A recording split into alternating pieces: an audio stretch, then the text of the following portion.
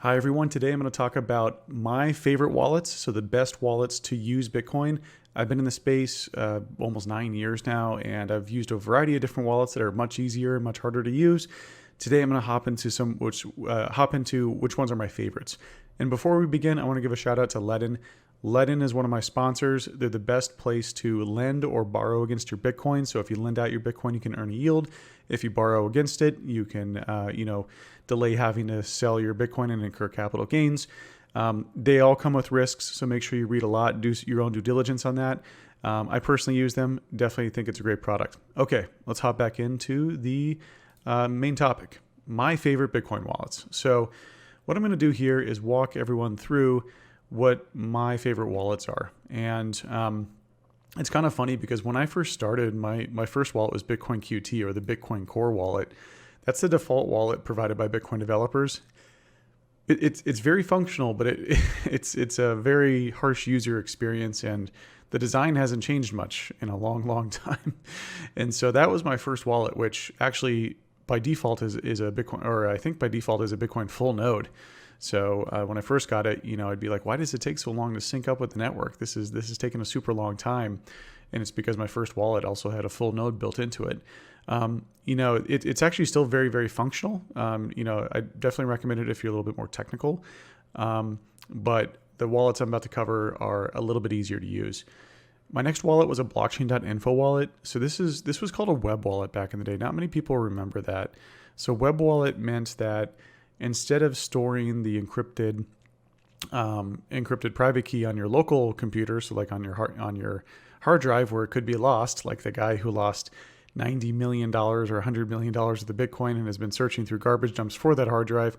Instead of that, they stored it for you. So how it worked was they had the private key created in the browser, so client side in the browser. So it was created on your local computer and then saved encrypted up on the cloud, which meant that you could access the wallet anywhere you went. You didn't have to worry about storing it properly. And you didn't have to trust blockchain.info. You just had to have some measure of trust that there wouldn't be malicious code, because they could insert malicious code in the client side in the browser code, but all the code is open source, so people could go check it out and make sure that it was running properly. And they've been around a super long time, almost about 10 years or so. I was also the first product manager at the company.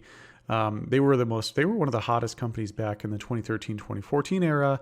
And then just lack of execution, later down the road, just kind of led to them not being as well known. But that was a really popular wallet back in the day, first web wallet. And then there was a breakthrough where you could essentially have an easier to store backup, and a backup that was a little bit more portable between different providers. Now, there's still a little bit of lack of portability between some providers. For example, your backup may not work on another company's wallet, but most of the main ones have good compatibility. And that was called BIP39. So BIP39 essentially, turned, this is the modern recovery phrase process now, where you have the 12 to 24 word backup.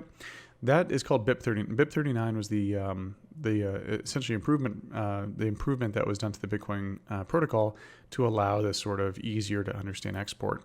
So that was a pretty big user experience update, because you could just memorize the 12 to 24 words. You could write them down on paper. You could store them on metal. You could much more portable between different providers. I think that was a huge upgrade and improvement. Wallets today are so much easier than they used to be back in the day. And so let's go ahead and dive into what are my personal favorites based on a bunch of different factors. So on the desktop wallet side, I would say Wasabi is probably the best desktop wallet out there. It's got a super easy to understand interface. Not super easy to understand, but decently easy to understand. But it's got privacy built in. So Tor integration, coin control, connecting to your own node if you'd like to, which you should. And then coin joins. So coin joins, essentially what it does is it takes your Bitcoin and it mixes them with other Bitcoin and makes it more private. And what's cool about that is that with coin join implementations, some are like a little bit more complex to understand. And I think they do a good job here of showing you like how mixed or how private your coins are. I think that's really good for those who care about privacy. This makes the different outputs you have, marks them with how private they are, in a very easy to understand interface. So I personally really like that. if you're on desktop, it's a great way to have that privacy baked in, coin control baked in, and other advanced features. So I think that's super, super cool. You can also do stuff like sign a transaction. I believe you can do stuff like sign a transaction offline and then export that and then bring it to a computer that's online and transmit it. So got a lot of really cool advanced features, but sleek interface. It's got privacy built in, so that's why I think it's really cool. Hi everyone, I want to give a shout out to my sponsor, Choice. Choice is a Bitcoin IRA made for hodlers. While being a long-term hodler minimizes what we owe in taxes, it doesn't completely eliminate them. I've been looking for a way to stack sats without having to pay taxes, and I finally found a solution with Choice.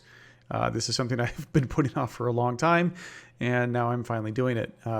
Choice is a retirement account that for Bitcoiners that enables you to trade Bitcoin or stocks if you like, buy and hold Bitcoin or buy and hold another type of stock or anything else without having to pay a dime to the government, which is really, really cool.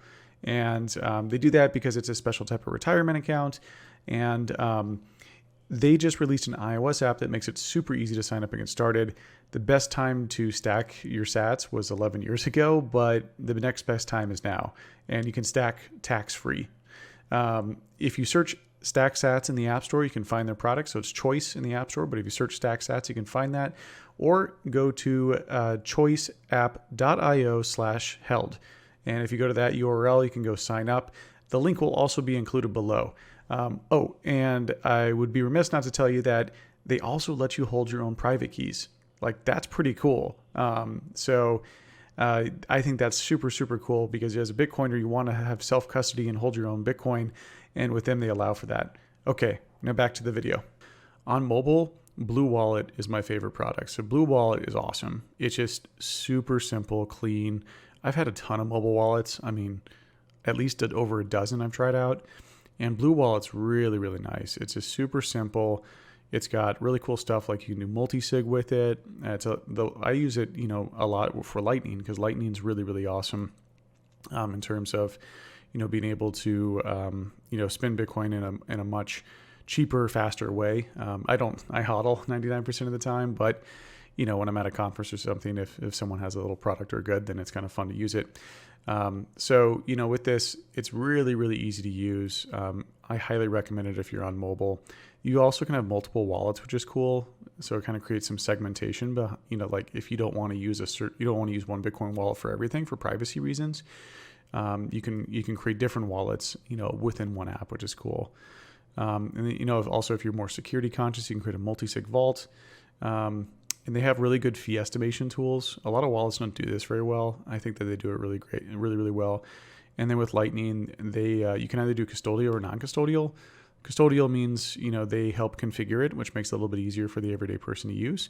And so I think it's really, really sweet. And the plausible deniability part is really cool. So it's got a secret baked in functionality of, you can plausibly say like these, you can create sort of a hidden wallet within a wallet, which is super cool. Cold storage wise, this is the best long-term way to store your coins. What that means, cold storage, means that it's not connected to the internet. So what they are, they're these little hardware devices. And the two most popular ones are Trezor and Ledger. And so what you do is the private key is generated on the device. And when you plug it into a computer, the computer gives it an instruction of, hey, can you sign this transaction? And it signs it and sends the signed transaction back. So it's basically like cold storage means it's not connected to anything that's online. Some of the features with these wallets like Trezor and Ledger are a little bit more limited, like coin joins, coin control, and connecting to a full node. So there is some trade-off with that. The more advanced folks can, hook it up to an Electrum server and other methods to get that access, but it's pretty technical. It's not the easiest to do. And so, those look like this, by the way. So here's Trezor's website. So Trezor's website, they have a little screen like this, which shows you like the address and you're approving signing to a certain, signing a certain transaction to a certain address. So this is what those look like. And then finally, when you use cold storage or use these other solutions and you've got your Bitcoin backup, that's the 12 to 24 word backup. And what you need to do is store that on something that's nearly indestructible, fireproof, waterproof, crush-proof. A lot of Bitcoiners I know kept it on paper and the paper was accidentally thrown away by a partner or the maid or something like that. So When you put it on metal, it makes it much more permanent. So even if folks accidentally stumble upon it, they won't likely throw it away. Also, it's, if your house burns down, this might survive. It depends on what the temperature of the fire is. A company that I really like to use, and full disclosure, they're one of my sponsors, is CryptoTag. So CryptoTag is a titanium backup, and I think that's really cool because titanium has the highest melting point out of any other practical metal. Tungsten technically has a higher one, but I don't think it's as malleable or usable for this sort of use case. So it's really cool because you stamp in, so you have this metal etcher, and you stamp in on this metal device your 12 to 24 word backup, and that's going to survive almost anything. I mean, you could go bury it in the backyard if you wanted to. It's going to last for forever. And they've got really cool stuff. Like here's their testing video of they literally put it in fire. Like they actually, they actually turn it red hot. So yeah, if you want to store your Bitcoin backup, you want to store it on metal because that's the place to put it on. They've also got other things too where they do kind of pressure testing. So they push it, let's say a building collapses, would it survive that? Well, it can survive extreme crushing pressures. It's also bulletproof for some lighter arms. But anyways, this is a really great way to store your backup. Definitely recommend that you store it on metal. If you store it on metal, store it with a CryptoTag because it's made out of titanium. In conclusion, to store your Bitcoin is probably one of the most critical decisions you're going to have to make when getting into Bitcoin. And so you're going to want to make sure that you're comfortable with the solution, before you put a ton of money on it. So make sure that you're testing it yourself, that you go practice using it, you practice losing your password and see if the recovery works. And then also never, ever, ever send a Bitcoin transaction when you're intoxicated. Don't come home and want to move around your cold storage after a couple beers. Just wait till the morning and touch it then, because there's no forgiveness here when you interact directly with the protocol. I hope you enjoyed this brief on Bitcoin wallets. Apologies for keeping it short, and not too in depth, like for example, opening up the interface and going through it. But I wanted to give a very high level of which wallets on desktop, mobile, and cold storage that I thought were the best in the space. Cheers. Bye.